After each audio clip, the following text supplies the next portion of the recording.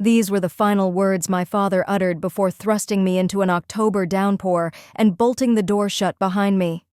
"Get out of my house. I don't want a diseased daughter." I was 15.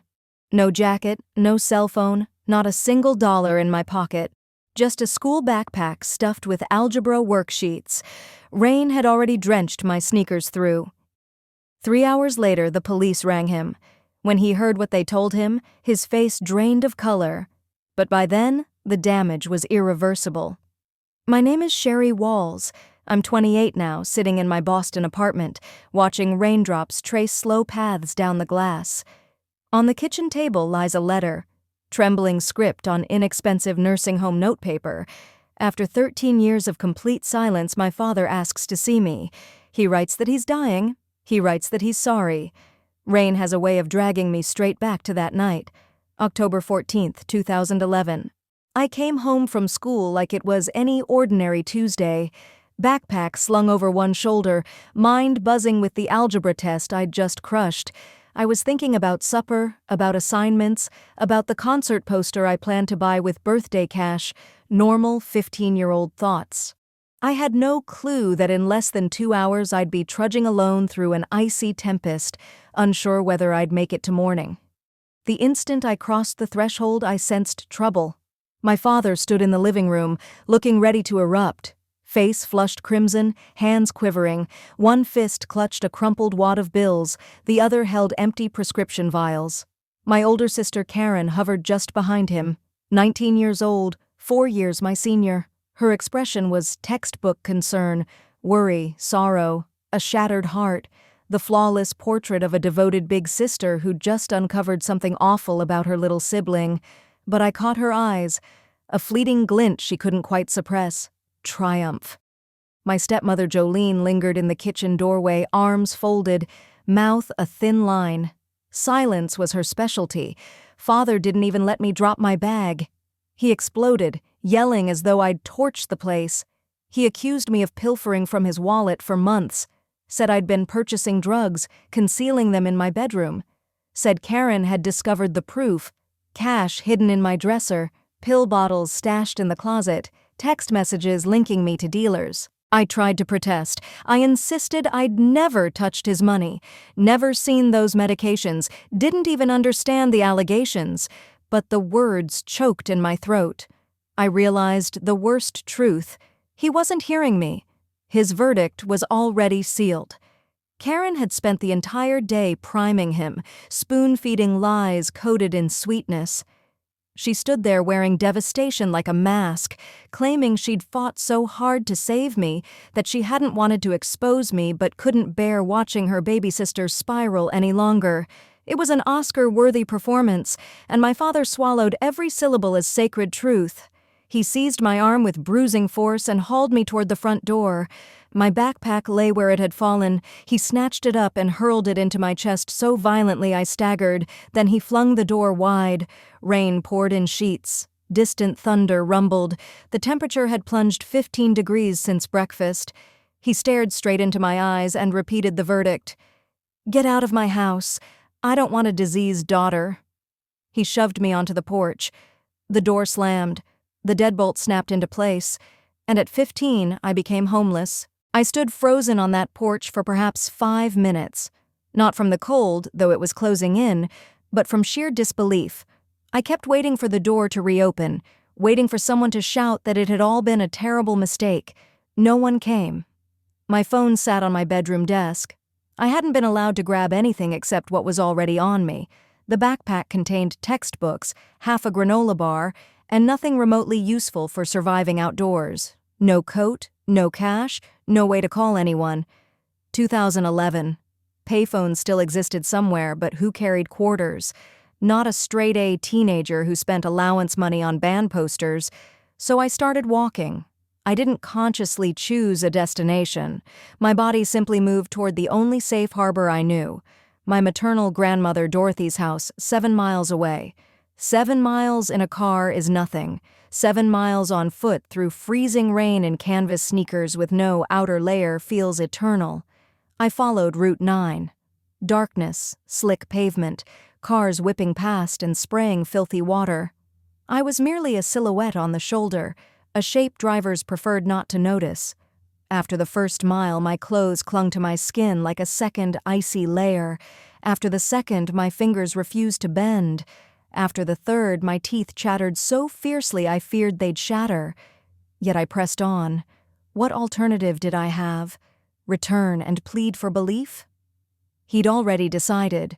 There was no other refuge, only forward. One numb foot in front of the other. Hypothermia sneaks up quietly. Your body begins shutting down section by section. Your mind clouds, and suddenly sitting down for just a moment feels brilliant, just until you catch your breath. I reached 4 miles. Ahead stood a mailbox. I thought, lean against it for a second, recover, then continue. Grandma's place was only 3 miles farther. I could do it, but my knees buckled before I arrived. Gravel met my palms, then everything faded to black. 3 hours after expelling his daughter into the gale, my father's phone rang. The voice on the line was crisp and detached. Officer Daniels, County Police. There had been an incident. His daughter had been discovered unconscious on Route 9. Hypothermia. She was en route to County General. And one more detail, sir. Child Protective Services has been alerted. A caseworker is already present. We have questions about why a 15-year-old was walking alone in hazardous weather without a coat or phone.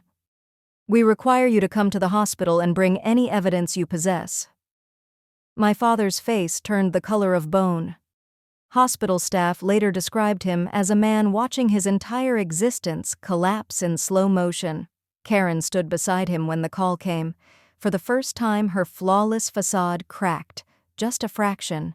But it was enough. Because here's what truly happened that night.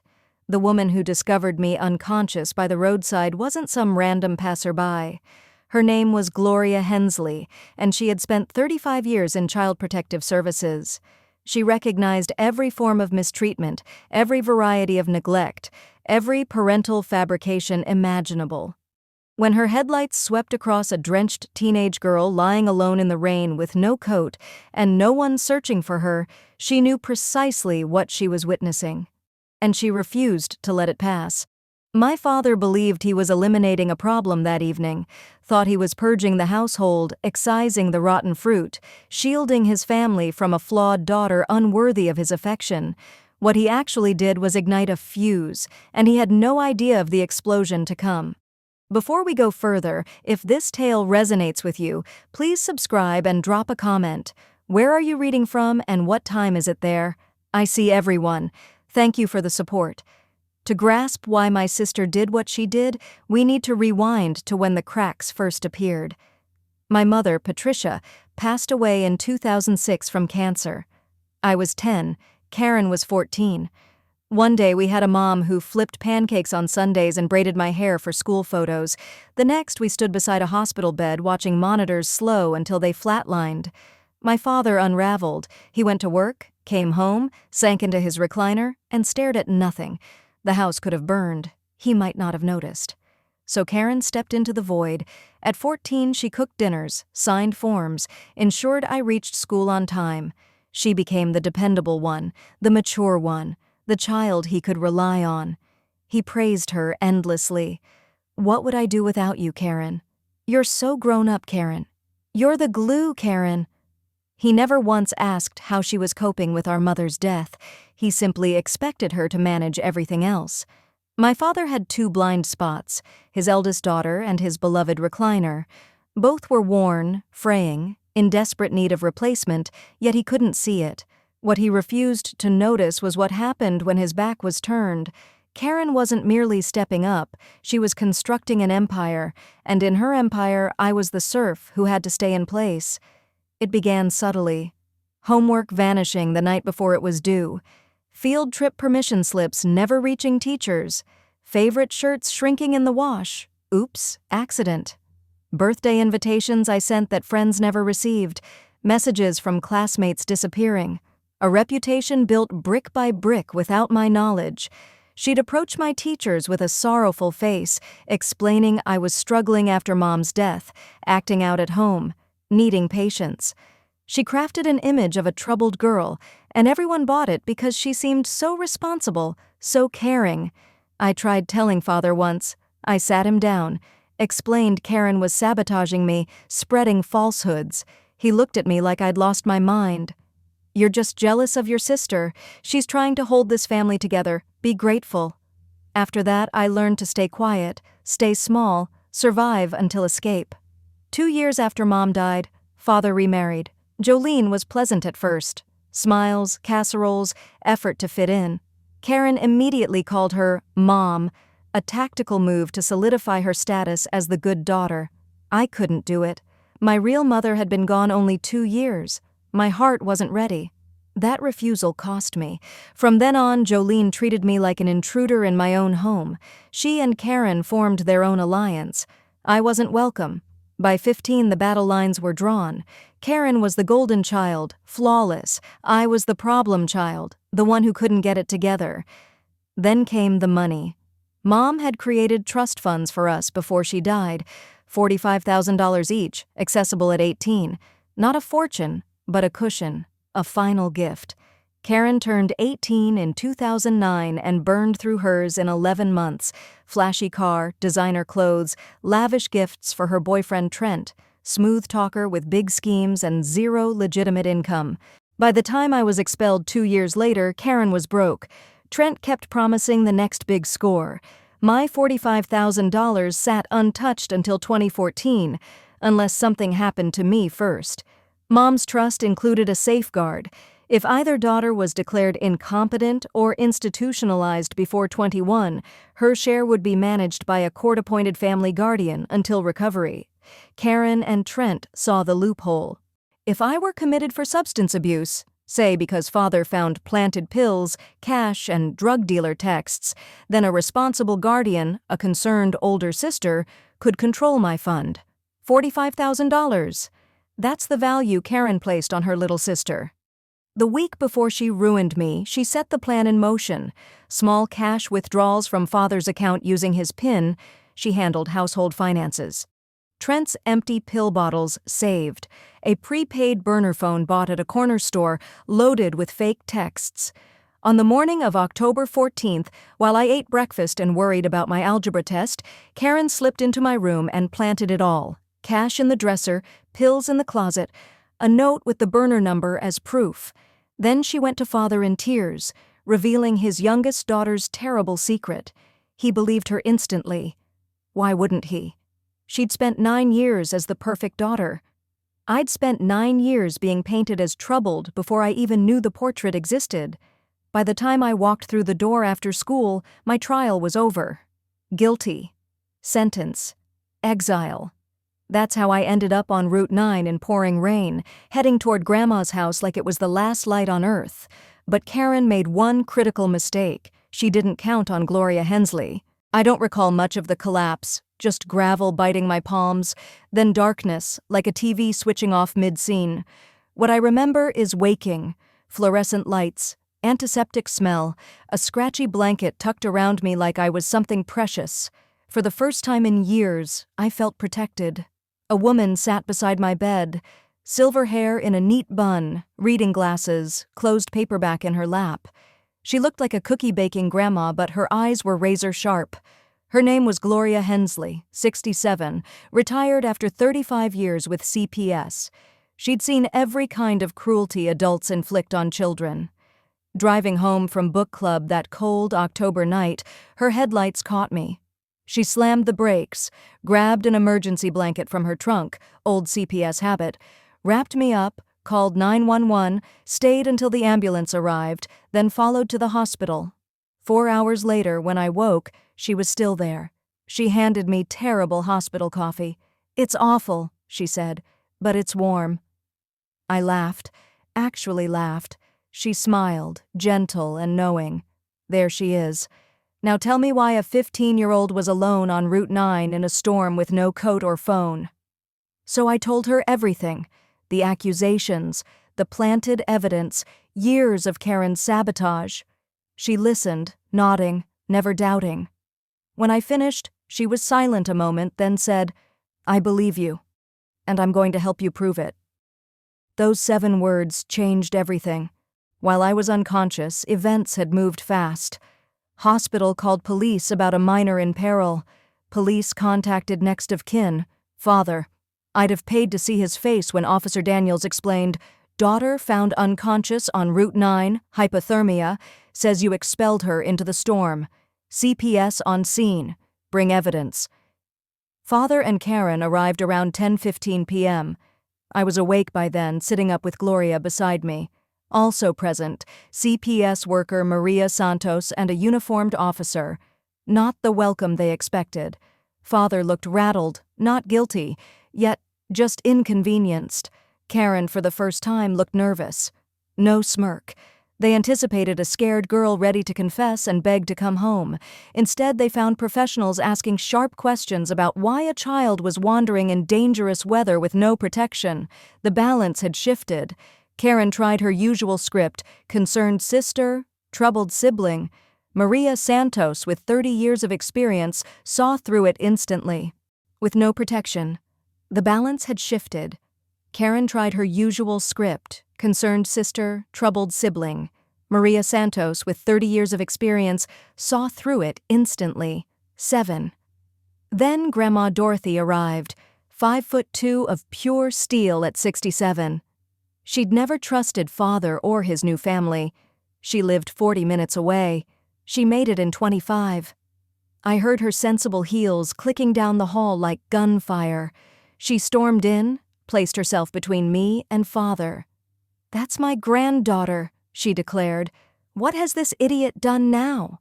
Father tried to explain. Stealing, pills, evidence. Dorothy cut him off after 30 seconds. "Raymond, I've known you 15 years. You've never been the brightest bulb, but this might be your lowest point. You threw a child into a storm based on what? Pills that appeared from nowhere? Cash that materialized? Did you even ask her version?" He opened his mouth, closed it. She nodded. "Thought so."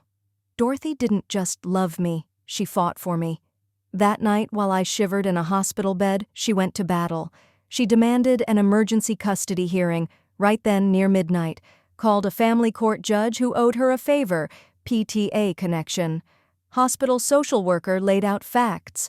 Minor expelled into dangerous weather, no investigation, no verification, child found unconscious with hypothermia, father's evidence unexamined. By 12:30 a.m., I had a new home. Temporary guardianship granted to Dorothy Reeves, immediate effect. Father barred from contact until full investigation. CPS would interview everyone and scrutinize the evidence. As we left, Father reached toward me, starting to speak. Dorothy stepped in without pausing. "You don't get to touch her. You don't get to speak to her.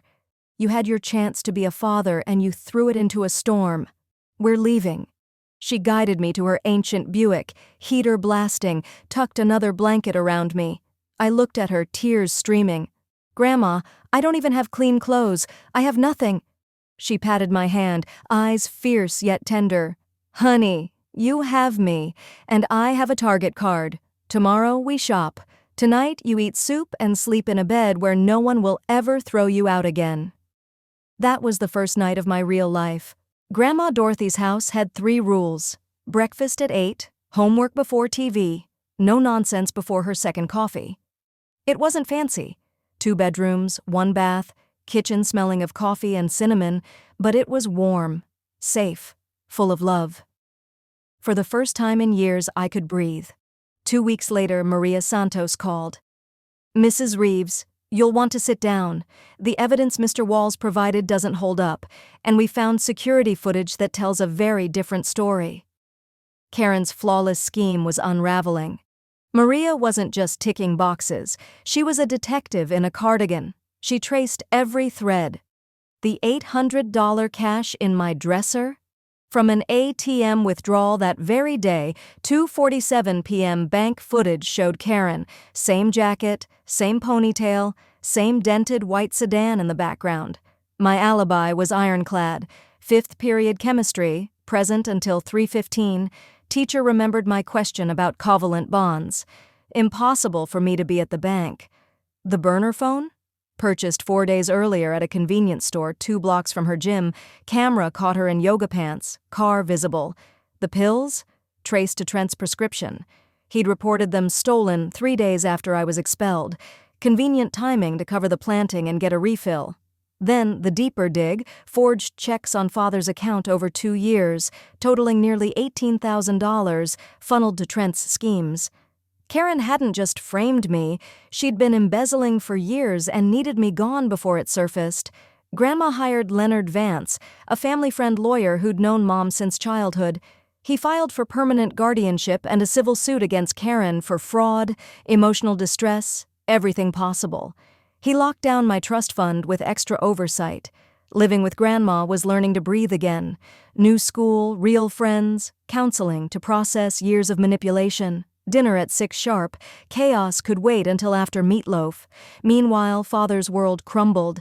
CPS scrutiny exposed everything. He aged visibly. Jolene moved to the guest room. Karen was furious. Not remorseful, just angry her plan failed. She blamed bias, misleading footage, misunderstandings. Leonard built an airtight case. Footage, records, receipts, witness statements, even from Gloria, teachers, neighbors, some of Karen's burned ex-friends. Then, 1 month before the March 2012 hearing, Trent was arrested in Nevada for a $400,000 investment scam across 3 states. Facing 15 years, he cut a deal and confessed everything. His 12-page statement confirmed Karen masterminded it. She'd stolen for years, needed a scapegoat when the money ran dry, framed me for drugs to get me institutionalized, blamed for the thefts, and gained control of my $45,000 trust as guardian. Premeditated, cold. Her final mistake? Underestimating me. March 2012, family court. I'd gained healthy weight, made honor roll, started feeling like a normal teen. Walking in, though, I felt 15 again. Small, scared. Grandma squeezed my hand. Leonard nodded. Gloria sat in the gallery, same fierce eyes. What was meant to be a simple guardianship hearing became much more. DA involved, criminal charges loomed. Karen sat with a public defender, looking diminished. Father sat alone. Jolene refused to come. He looked a decade older. Evidence presented methodically. A TM photo of Karen, my school records proving I was in class, delayed theft report, burner phone footage, forged checks, Trent's confession read aloud.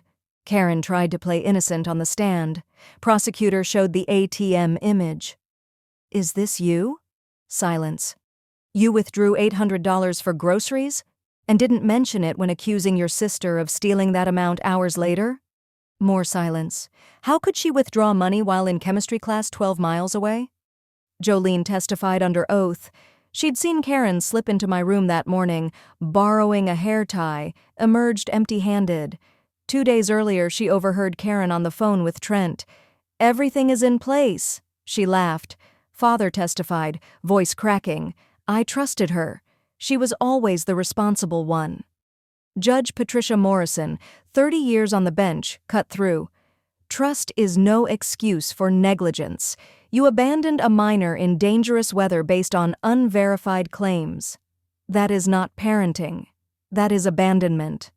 Karen's plea deal, 2 years suspended, 5 years probation, 200 hours community service, full restitution, $18,000 plus, permanent restraining order, felony record, no finance jobs, no work with money or vulnerable people, the golden child branded. Father lost all guardianship rights, ordered to pay therapy and education until I was 21, plus college fund from restitution. Small town talked, friends vanished, neighbors averted eyes, church group conflicts. Jolene divorced 6 weeks later. Judge turned to me. Miss Walls, you've shown remarkable resilience. Full permanent custody to Dorothy Reeves. Trust protected until 18. I hope your future outshines your past. I simply said, thank you. As we left, Father tried once more. Sweetheart. Dorothy blocked him. You lost the right to call her that when you threw her into a storm. We walked on. Sun shone that March day, warm, bright, promising. But stories like this don't always end in courtrooms. 13 years later, October 2024, a letter arrived at Grandma's. I'm 28. Beautiful Boston apartment, harbor view, marketing director at a tech firm, earned every promotion, engaged to Colin, pediatric nurse with the kindest heart, met at a charity event, he spilled wine on my dress, apologized endlessly, then made me laugh until I forgot to be mad. Wedding next spring. Grandma, still sharp at 80, called carefully, something arrived I should see. I drove down. Cheap envelope, shaky handwriting, Maple Grove Care Center. Opened it at her kitchen table, coffee cooling. Dear Sherry, I know I don't deserve to ask anything. I know you have every reason to discard this, but I'm asking because time is short. Stroke 2 years ago, left side weak. Jolene gone, took half, moved to Florida with an online accountant. House sold, nothing left of the life I had. Karen came last week. I refused her. Can't face her. You're the only one I need to see. The only one I owe an apology. I failed you in the worst way a father can. Believed lies over truth. Chose comfort over justice. Threw you away like nothing. If you can find it in your heart to come, just once, I'd like to say I'm sorry in person. Your father, Raymond. I sat long. Coffee cold. Light shifted. Grandma waited, neutral. 13 years of silence, of building without him. Did I owe him? No. But I thought of Mom, the person she raised me to be. Thought of breaking cycles. I went. Not for him. For me. Nursing home, fluorescent lights, disinfectant masking endings. His room small. He looked 90, crumpled, gray. He cried when I entered, couldn't speak at first. Then apologies tumbled out, slurred from the stroke. Blind, stupid, cruel. Thought of that night every day, every rain. I let him finish, then spoke what I came to say. I forgive you. His face flooded with relief. But understand what that means. Forgiveness isn't forgetting. It's choosing not to carry this rage anymore. It's heavy. I'm done letting you occupy space in my heart. You believed a lie not because evidence was overwhelming, but because it was easier. Karen made you feel good. I reminded you of what you lost when Mom died. You chose comfort over your daughter. I built my life without you. College, career, a man who'd never throw me out in rain. I'm happy. But you live with what you did. That burden is yours. He nodded, tears streaming. I know. I just needed you to know I'm sorry. Needed to see you once more. I stayed 20 minutes. Small talk. Job, apartment, Colin, safe things. He listened like it was the most important conversation ever. When I rose to leave, he reached with his good hand, not grabbing, just reaching. I let his fingers brush mine, then walked out. In the hall, a nurse stopped me. You're his daughter? The younger one? I nodded.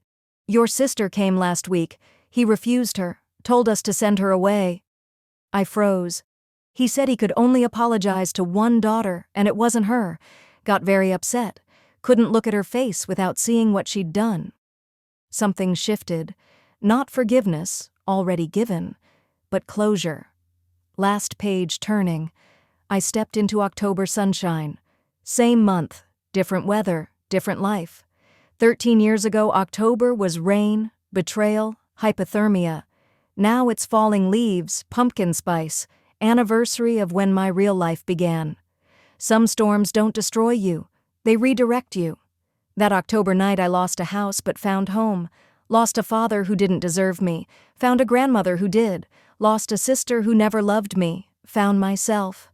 Colin waited in Boston. Takeout, bad movie, patient look. How'd it go? I dropped my keys, leaned into him. I think I'm finally done. I can let it go now. He held me, no more questions.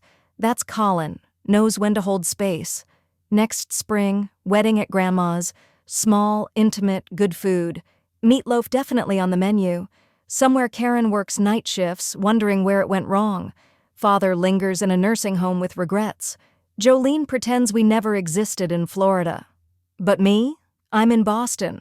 Career I earned. Partner who loves me. Grandmother who'll outlive us all through sheer will. And yes, I finally bought and framed that band poster. Paid too much online years later. Hung it in my office. Reminder, some things are worth waiting for.